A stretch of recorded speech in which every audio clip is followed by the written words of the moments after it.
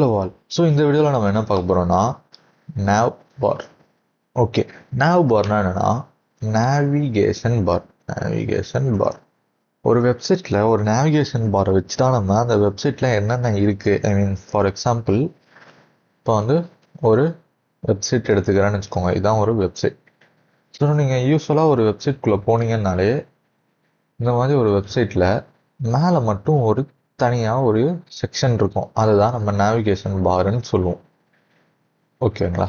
So இந்த செக்ஷனில் என்னென்ன இருக்குன்னா ஹோம் பேஜுன்னு இருக்கும், கான்டாக்ட்னு இருக்கும், அபவுட் செக்ஷன் இருக்கும், சைன்இன் இருக்கும். ஸோ இந்த மாதிரி விஷயங்கள்லாம் இருக்கும் இந்த நேவிகேஷன் பாரில். அண்ட் தென் லெஃப்ட் சைடில் பார்த்தீங்கன்னா அந்த வெப்சைட்டோட லோகோவும் சம்டைம்ஸ் கண்டெயின் ஆகிருக்கும். இந்த இடத்துல லோகோவும் இருக்கும். ஓகே, இப்போ இதை தான் நம்ம எப்படி HTML CSS வச்சு கிரியேட் பண்ணுறதுன்னு நம்ம பார்க்குறோம். ஸோ நான் VS கோட் எடுத்துக்கிட்டு அதுக்காக ஒரு navbar.html கிரியேட் பண்ணிவிட்டு ஒரு பேசிக் HTML நான் கிரியேட் பண்ணிட்டேன். பண்ணதுக்கப்புறம் என் பாடியில் ஃபஸ்ட்டு நான் டிவிஷன் ஒன்று கிரியேட் பண்ணிவிட்டு அந்த டிவிஷனுக்கு கிளாஸ் navbarன்னு பேரும் வைக்கிறேன். அகைன் நான் திருப்பி இன்னொன்று ஒரு டிவிஷன் கிரியேட் பண்ணிட்டு அந்த டிவிஷனுக்கு நான் navbarலேயே எனக்கு இன்னொன்று ஒரு டிவிஷன் தேவை. ஸோ நான் navbar div அப்படின்னு எடுத்துக்கிறேன். ஓகே, எடுத்ததுக்கப்புறம் நம்ம லெஃப்ட் சைடில் வந்து ஃபஸ்ட் என்ன சொன்னோம், இது பண்ணணும்னா லோகோ வைக்கணும்னா ஸோ இங்கே என்ன பண்ண போகிறோன்னா திருப்பி ஒரு div, திருப்பி ஒரு div. இந்த டிவோட கிளாஸ் என்னன்னா எனக்கு லோகோன்னு வச்சிடுறேன். வச்சதுக்கப்புறம் இங்கே வந்து எனக்கு அந்த லோகோ கிளிக் பண்ணால் எனக்கு அந்த வெப்சைட்டுக்கு வரணுமா. ஸோ நான் வந்து ஆங்கர் டேக் யூஸ் பண்ணேன். hrefல ஹேஷ்டேக் போடுவோன்னா நமக்கு சேம் பேஜ்க்கே வரும். இந்த இடத்துல லோகோ அப்படின்னு போட்டு நான் கிரியேட் பண்ணிடுறேன். பண்ணதுக்கப்புறம் எனக்கு இப்போ ஹோமு அதெல்லாம் நான் தேவைன்னு சொன்னேன்னா அந்த ஹோமுக்கெலாம் நம்ம வந்து ஒரு அன்ஆர்டர் லிஸ்ட் எடுத்துக்கலாம். இந்த இடத்துல அன்ஆர்டர் லிஸ்ட்டில் ஃபஸ்ட்டு லிஸ்ட்டு எனக்கு வந்து ஏ ஆஃப் ஹெச்எஃப்ல இப்போதைக்கு வந்து நம்ம அதுக்கான HTML பேஜ் கிரியேட் பண்ணாதனால ஹேஷ்டேக்னு யூஸ் பண்ணிட்டு ஹோம்னு கிரியேட் பண்ணுறேன். ஹோமை வச்சு நான் வந்து இன்னும் ஒரு 4 கிளிக் பண்ணுறேன். 3 போதும் எனக்கு.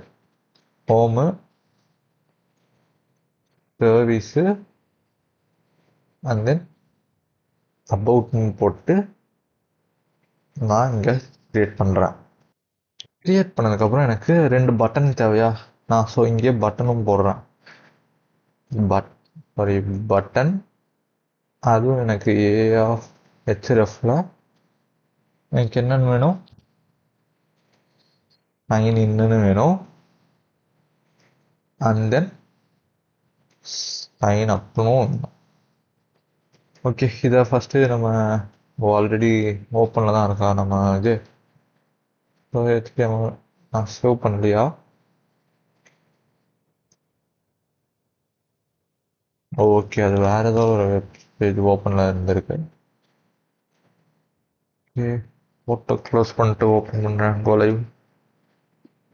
ஸோ நம்மளுக்கு பார்த்தீங்கன்னா லோகோ இருக்குது, ஹோம் இருக்குது, சர்வீஸ் இருக்குது, சைன்இன் சைன் ஆஃப்ன்ற பட்டன் க்ரியேட் ஆகிடுச்சு. ஓகே, இப்போ நான் அதை சிஎஸ்எஸில் இப்போ திருப்பி ஸ்டைலிங் பண்ண போகிறேன்.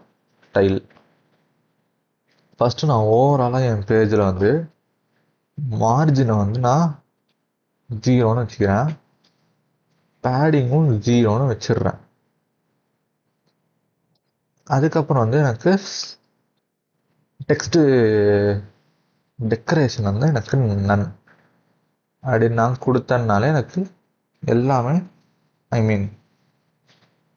மார்ஜின் 0, பேடிங் 0ல் டெக்ஸ்ட் டெக்கரேஷன் அந்த லிஸ்ட்லேருந்து இல்லாமல் நம்மளுக்கு க்ரியேட் ஆகிடும். க்ரியேட் ஆனதுக்கப்புறம் நான் என்ன பண்ணேன்னா நம்மளோட இது பேர் என்ன, navbar. ஸோ உங்கள் கிளாஸ்னால் இங்கே ஐடி யூஸ் பண்ணுவோம். ஓகே, navbarல நான் என்ன பண்ணேன்னா ஃபஸ்ட்டு பேக்ரவுண்ட் கலர் நான் பிளாக்னு எடுத்துக்கிறேன். அண்ட் தென் நான் என்ன பண்ண போகிறேன்னா பேடிங் வந்து இப்போதைக்கு ஒரு 10 பிக்சல் கொடுக்குறேன். ஸோ ஓகே, இந்த மாதிரி நம்மளுக்கு நம்மளோட நேவ் பார் பிளாக் ஆயிடுச்சு. அண்ட் தென் இப்போ கொஞ்சம் நான் விசிபிளாக தான் இருக்கும். ஸோ அது கலர் மாற்றணும். இப்போ நான் என்ன பண்ண போகிறேன்னா அடுத்து வந்து என்னோட லோகோவை நான் ஆக்சஸ் பண்ணேன். லோகோவோட கலர் வந்து எனக்கு ஒயிட்டாக தான் இருக்கணும். சரி, லோகோவோட ஏன்னா லோகோவோட ஆங்கர் டேக் வச்சு பண்ணதுனால கலர் வந்து ஒயிட்டு. அண்ட் தென்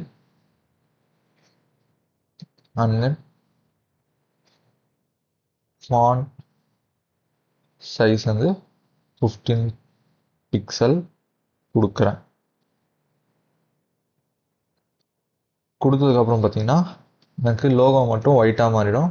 கொஞ்சம் சிறுசாக தான் இருக்கோ. ஸோ அது வந்து அப்போ நான் வந்து 35 பிக்சல்னு வச்சுக்கிறேன். 35 பிக்சல் ஓகே. அடுத்து வந்து nav bar division dot nav bar டிவிஷனில் டிஸ்பிளே ஃப்ளெக்ஸ் பண்ணிக்கிறேன். எனக்கு எல்லாத்துக்கும் ஃப்ளெக்சிபிளாக இருக்கணும். அலைன் ஐட்டம்ஸ் டு சென்டர்னு வச்சுக்கிறேன்.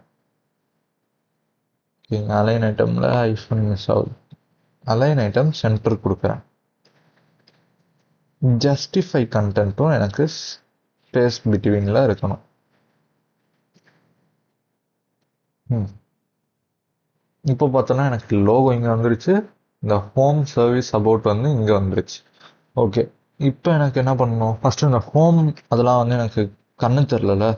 ஸோ வந்து யூஎல்லோட அதாவது அன்னோட லிஸ்ட்டோட லிஸ்ட் ஐட்டமோட எல்லாமே எனக்கு என்ன பண்ணணும்னா கலர் வந்து ஒயிட்டாக இருக்கட்டும்னு நான் சொல்கிறேன். கலர் ஒயிட்டு, பேடிங் வந்து எல்லாமே ஒரு 10 பிக்சலில் பேடடாக இருக்கட்டும். கலர் எல்லாம் ஒயிட் ஆயிடுச்சா? ஓகே.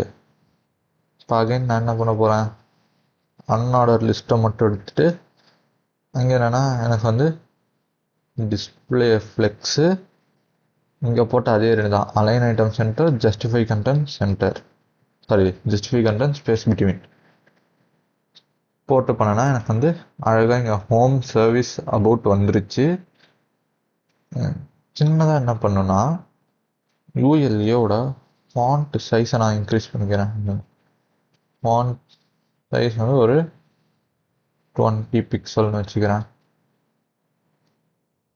ஓகே, எனக்கு அழகாக ஹோமு சர்வீஸ் அபவுட் வந்துருச்சு. இப்போ பட்டன் மட்டும்தான் லாஸ்ட்டாக நம்மளுக்கு இருக்குது. ஸோ இப்போ பட்டனை நான் எடுத்துக்கிறேன். பட்டன் எனக்கு எப்படி இருக்கும்னா ஃபஸ்ட்டு வந்து பட்டனோட பேக்ரவுண்ட் கலர் நான் மாற்றிக்கிறேன். பட்டன் வந்து என்ன கலரில் வைக்கலாம், ஆரஞ்சு ஓகேன்னு நினைக்கிறேன்.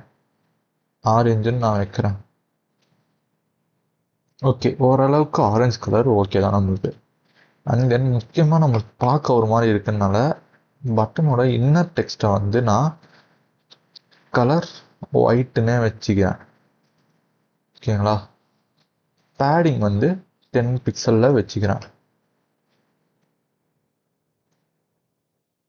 ஓகே, ஆனால் நம்மளுக்கு கண்ணு சுத்தமாக தெரில அதில். ஸோ நான் வந்து என்ன பண்ணுறேன்னா ஒயிட்டுக்கு பதிலாக நான் கலர் பிளாக்னே எடுத்துக்கிறேன். சைன் இன் சைன் அப் தெரியுது. எனக்கு வந்து இந்த பாக்ஸியாக இருக்க பட்டன் பிடிக்கல. So I just make the button as border radius என்ன பண்ணேன்னா ஒரு 15 பிக்சலை வந்து ஒரு ரவுண்டு ஷேப்பாக பண்ணிக்கிறேன். பார்டர் ரேடியஸ் நான் கட் பண்ணிக்கிறேன். ஓகே, இப்போ பார்க்க பட்டன் ஓரளவுக்கு நல்லா இருக்குதா? அண்ட் தென் நான் என்ன பண்ண போகிறேன், பட்டனுக்கு வந்து பேடிங்கும் பண்ணிடலாம். பேடிங் 10 பிக்சல், சாரி ஓகே, இப்போ பட்டன் ஓரளவுக்கு 10 பிக்சல் ரொம்ப பெருசாக இருக்குன்னு நினைக்கிறேன். ஸோ நான் வந்து 5 பிக்சல்னு எடுத்துக்கிறேன். ஓகே. இப்போ வந்து எனக்கு வந்து இதெல்லாம் ஓகே. ஹோம் இருக்குது, சர்வீஸ் இருக்குது, அபவுட் இருக்குது, சைன்இன் சைன்அப் இருக்குது, லோகோவும் இருக்குது. இந்த பிளாக் எனக்கு கொஞ்சம் பெருசாக இருந்தால் நல்லா இருக்கும்னு தோணுது. ஸோ அதுக்கு நான் என்ன பண்ணேன், பேடிங்கை வந்து நான் ஒரு 10ன்னு மாற்றுறேன். ஆஹா, இன்னும் கொஞ்சம் மாற்றணும். ஸோ பேடிங்கை வந்து நான் மாற்றினா 50ன்னு மாற்றிக்கிறேன். 50.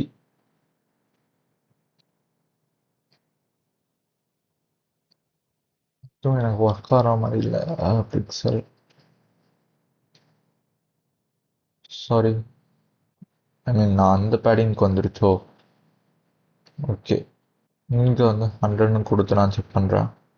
100 ரொம்ப பெருசாக இருக்குது. ஸோ இங்கே நான் வந்து நேவ்பாரோட பேடிங்கை மட்டும் 50 பிக்சல் கொடுத்துக்கிறேன்.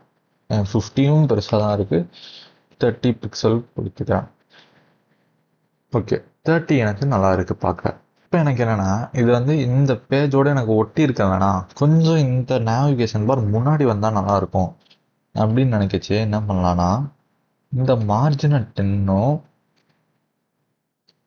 பேடிங்கை 10னும் கொடுத்தோம்னா நம்ம கொஞ்சம் அது வந்து ஒரு இன்னும் கொஞ்சம் இந்த பேஜ்லேயே அழகாக வந்து கொஞ்சம் வெளில இருக்க மாதிரியும் இந்த மாதிரி ஒரு நேவிகேஷன் பாரும் நம்ம செய்யலாம். ஸோ இந்த வீடியோவில் வந்து என்னென்னா, நம்ம ஒரு வெப்பேஜ்க்கான மெயினான ஒரு நேவிகேஷன் பார் எப்படி செய்கிறதுன்றதை நம்ம இந்த டுட்டோரியலில் பார்த்துருக்கோம்.